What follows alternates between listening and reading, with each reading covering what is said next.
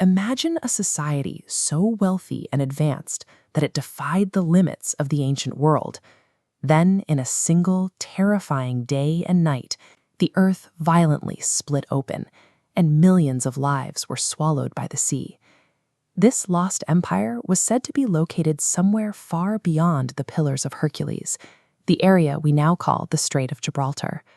This is a bust of the philosopher Plato, the singular original source of the legend. Around 360 BCE, he described an island utopia with its brass-plated walls and massive canals in two of his dialogues.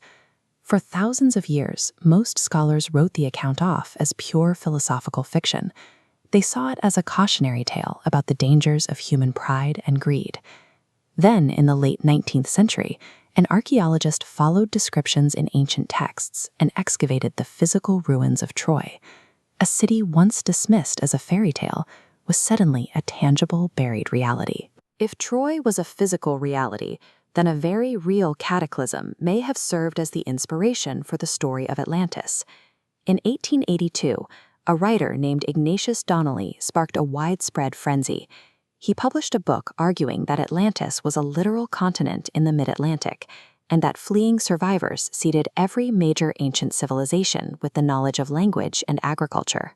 Soon, purported psychics like Edgar Cayce pushed the theory into the supernatural, claiming the Atlanteans possessed flying machines and powerful energy crystals.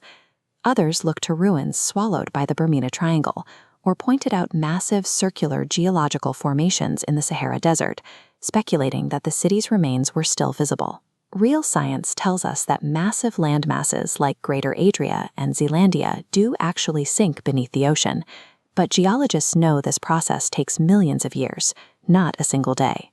To match the evidence, we require a highly advanced society that was obliterated by a sudden, violent, overnight apocalypse.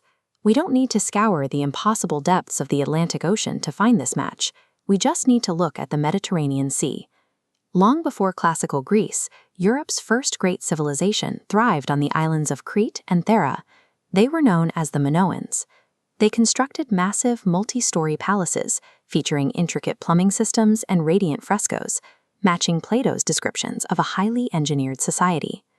They paved their roads, developed a complex written language, and built a massive navy that completely dominated maritime trade across the known world.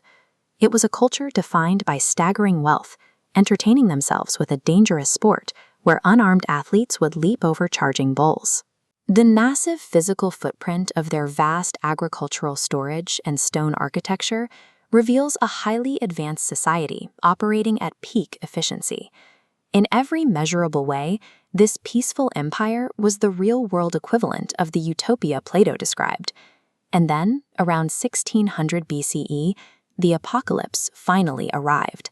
The massive volcanic island of Thera violently erupted in a sudden, cataclysmic explosion. This remains one of the most powerful explosions in recorded history, estimated to be 4 times stronger than the devastating eruption of Krakatoa. The blast blew the entire center of the island into the sky. It left behind a massive hollow crater that instantly filled with rushing seawater. The ensuing displacement triggered tsunamis hundreds of feet high. These waves raced across the sea at terrifying speeds, smashing directly into the Minoan coastal cities. Ash blackened the sky for days, choking out the sun. In a matter of hours, palaces were crushed, and the entire Minoan fleet was dragged to the bottom of the ocean. A glorious, golden civilization was shattered beyond repair. The survivors were left completely vulnerable, and the empire quickly faded into memory.